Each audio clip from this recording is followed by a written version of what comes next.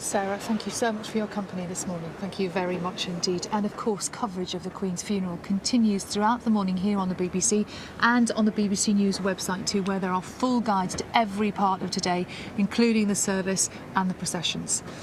Thank you so much for joining BBC Breakfast from Westminster Abbey this morning. It has been a real privilege, hasn't it, to be here as this day begins. And let's end this morning's programme looking at some images of Her Majesty throughout her 70-year reign. I declare before you all that my whole life, whether it be long or short, shall be devoted to your service and to the service of our great imperial family.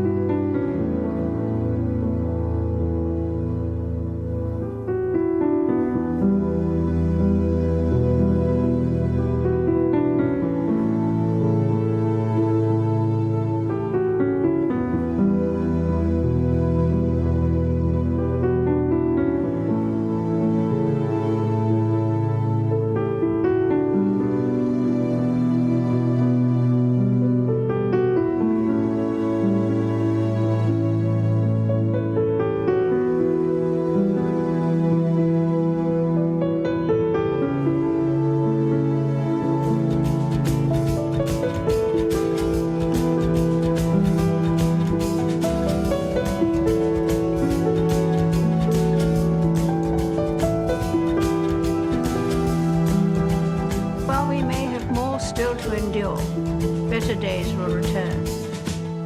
We will be with our friends again. We will be with our families again.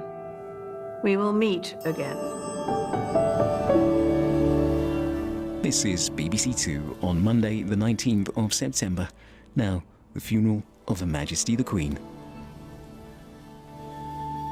This is BBC One on Monday, the 19th of September.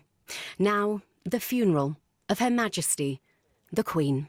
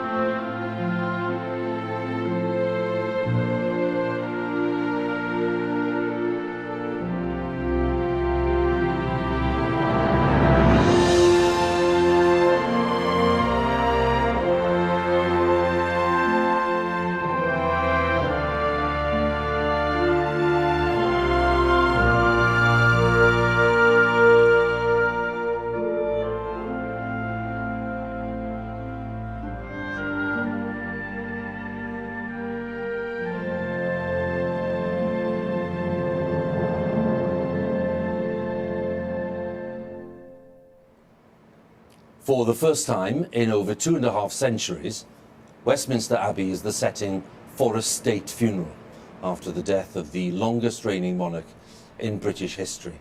Today in London and in Windsor, we close one of the most significant chapters in the remarkable story of the monarchy. On this 10th day of national mourning, following the death of Her Majesty Queen Elizabeth II, the doors of Westminster Abbey are about to be unlocked to admit the large congregation for today's state funeral. It will be a day of grief, of course, and a day of gratitude as well. And the events here in London and in Windsor will be on a truly majestic scale.